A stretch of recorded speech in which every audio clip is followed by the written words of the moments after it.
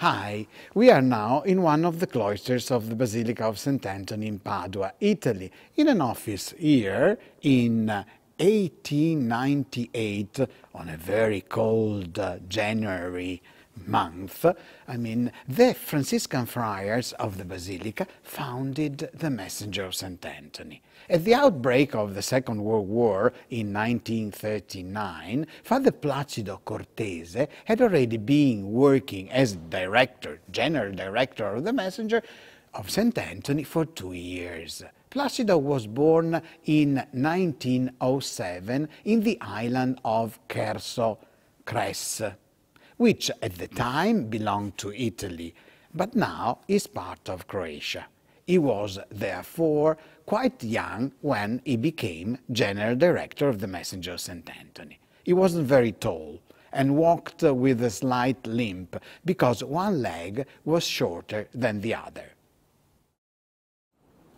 During the difficult years of the Second World War, Father Placido had, however, a second activity, and it was for these reasons that the Gestapo wanted to arrest him. They couldn't enter the Basilica or the Friary, they belonged to the Holy See, so they decided to kidnap him. On October the 8th, 1944, while Father Placido was in his office, a man, Placido believed to be a loyal friend, called him from the entrance of the friary. The man told him that some people needed his help and accompanied him to a car which was actually parked here, in this particular position. Placido entered the car, which in actual fact belonged to the Gestapo, and disappeared forever. But why did the Gestapo want to arrest him? What was Placido's crime? On the personal request of the pontifical delegate, Father Placido was secretly organizing rescue missions for Jews, British prisoners of war, Yugoslavs, Czechs, and other people fleeing Nazi persecution. He had set up a secret network of lay people, or lay collaborators, which included the Martini sisters. He ran this network from his confessional in the Basilica, this one just in front of the Relics Chapel. Pretending to confess themselves, these lay people used coded language to communicate their request.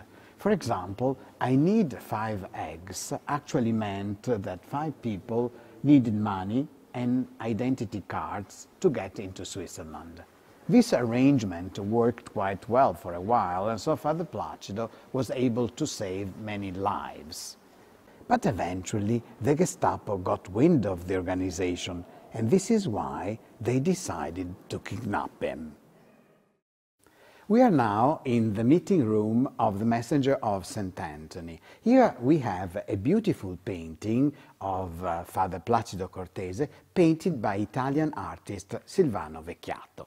For many years, the friars knew nothing about Father Placido's fate.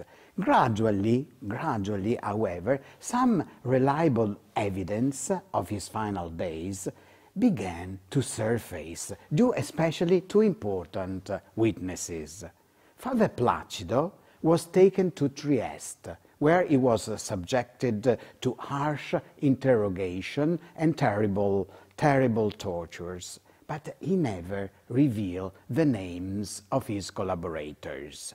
According to the sworn evidence of Vladimir Vutnik, a Slovenian colonel, the Gestapo gouged out his eyes, cut off his tongue, and eventually buried him alive.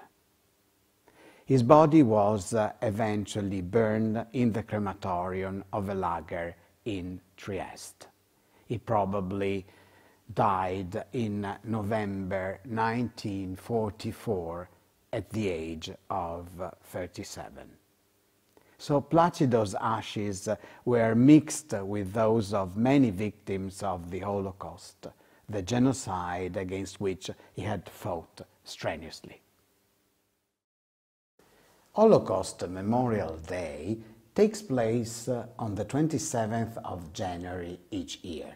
On this day we should learn the lessons of the past and recognize that a genocide does not just take place on its own, but it is a steady and degenerative process which begins when discrimination, racism and hatred are not checked and prevented. We should always maintain the highest level of vigilance in order to intervene immediately, if it is necessary, in defense of human dignity and peace.